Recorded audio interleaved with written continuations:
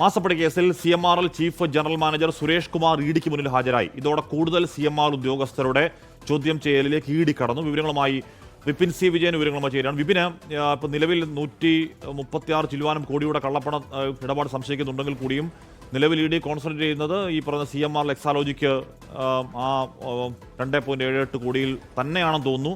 അതിന്റെ അടിസ്ഥാനത്തിൽ തന്നെ ആവില്ലേ ഉദ്യോഗസ്ഥരുടെയും ചോദ്യം ചെയ്യൽ? വിപിൻ. അതെ അശ്മി, കൂടുതൽ ഉദ്യോഗസ്ഥരെ ഇപ്പോൾ ചോദ്യം ചെയ്യുന്നതിന് വേണ്ടി വിളിപ്പിക്കുകയാണ്. അവർ ഓരോരുത്തരായി വന്നുകൊണ്ടിരിക്കുകയാണ്. ഈ CMRL എക്സാലോജിക്ക് മാസപ്പടി കേസിൽ അതിൽ കൂടുതലായിട്ട് ശ്രദ്ധയൂന്നിക്കൊണ്ട് തന്നെ കൂടുതൽ CMRLന്റെ ഉദ്യോഗസ്ഥരെ ചോദ്യം ചെയ്യുക, കൂടുതൽ തെളിവുകൾ ശേഖരിക്കുക എന്നുള്ളത് തന്നെയാണ് ഇഡി ലക്ഷ്യമിടുന്നത്. ഇതിന്റെ ഭാഗമായിട്ടാണ് ഇപ്പോൾ chief general manager Suresh Kumar ഇഡിക്ക് മുന്നിൽ ഹാജരായിരിക്കുന്നത്. ചോദ്യം ചെയ്യൽ ആരംഭിച്ചു കഴിഞ്ഞിരിക്കുന്നു. ഏകദേശം ഒരു 1.5 മണിക്കൂർ ഇപ്പോൾ ഇതിനോടകം തന്നെ പിന്നിട്ടിരിക്കുകയാണ്. അദ്ദേഹമായിരുന്നു ഈ CMRL എക്സാലോജിക്കുമായി ഇത്തരത്തിലൊരു കരാറുണ്ടാക്കുന്ന സമയത്ത്, അല്ലെങ്കിൽ ഏത് സേവനമാണെന്ന് ഇപ്പോഴും നമുക്ക് അറിയില്ല എങ്കിൽ പോലും അവർ തമ്മിൽ അത്തരത്തിലുള്ള ഒരു കരാറുണ്ടാക്കുന്ന സമയത്ത് ചീഫ് ഫിനാൻഷ്യൽ ഓഫീസറായി ഇരുന്നത്.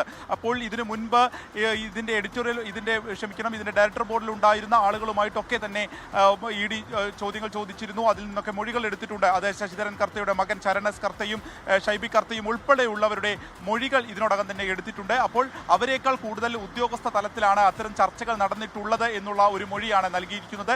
ഇതിന്റെ ഭാഗമായിട്ട് കൂടിയാണ് ഇപ്പോൾ ചീഫ് ഫിനാൻഷ്യൽ ഓഫീസറായിരുന്ന സുരേഷ് കുമാറിനെ വിളിച്ചു വരുത്തി ചോദ്യം ചെയ്യൽ നടക്കുന്നത്. മുൻപും നിരവധി തവണ ഇഡിയുടെ സമൻസ് സുരേഷ് കുമാറിന് എത്തിയ ഒരു ഘട്ടത്തിൽ കൂടിയായിരുന്നു ഈ കേസ് റദ്ദാക്കണം എന്നാവശ്യപ്പെട്ടുകൊണ്ട് CMRL ഹൈക്കോടതിയെ സമീപിച്ചത് എന്നുള്ളതും എടുത്തു പറയേണ്ടതാണ്. ഇപ്പോൾ വീണ്ടും ആ സുരേഷ് കുമാറിനെ തന്നെ ചോദ്യം ചെയ്യാൻ വിളിപ്പിക്കുന്നു. അദ്ദേഹം ഇന്ന് ഹാജരാകുകയും ചെയ്തിരിക്കുന്നു. ഇനി വീണാട്ടി ഹാജരാകേണ്ടത് 29-ാം തീയതിയാണ്. 29-ാം തീയതി ആകുമ്പോഴേക്കും ഇവർ തമ്മിലുള്ള കരാറുമായി ബന്ധപ്പെട്ടിട്ടുള്ള കൂടുതൽ രേഖകൾ, അതിൽ കൂടുതൽ ആധികാരികത, കൂടുതൽ മൊഴികൾ അവ ശേഖരിക്കുകയാണ് ഇഡി ലക്ഷ്യമിടുന്നത്. അതിന്റെ ഭാഗമായിട്ട് തന്നെയാണ് ഓരോ ദിവസങ്ങളായി CMRLലെ മുതിർന്ന ഉന്നത ഉദ്യോഗസ്ഥരെ വിളിച്ചു വരുത്തിയിട്ടുള്ള ചോദ്യം ചെയ്യൽ. ആഷ്മി.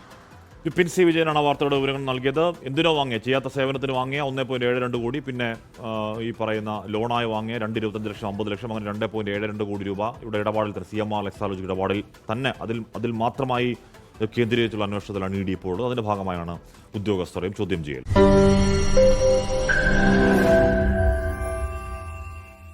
ലോകത്തെവിടെയായാലും ഏത് സമയത്തും 24 വാർത്തകളും ഓഗ്മെന്റഡ് റിയാലിറ്റി പാക്കേജുകളും എക്സ്പ്ലെയിനറുകളും വിശദമായി കാണാൻ ഞങ്ങളുടെ YouTube ചാനൽ നിങ്ങൾക്ക് സബ്സ്ക്രൈബ് ചെയ്യാം.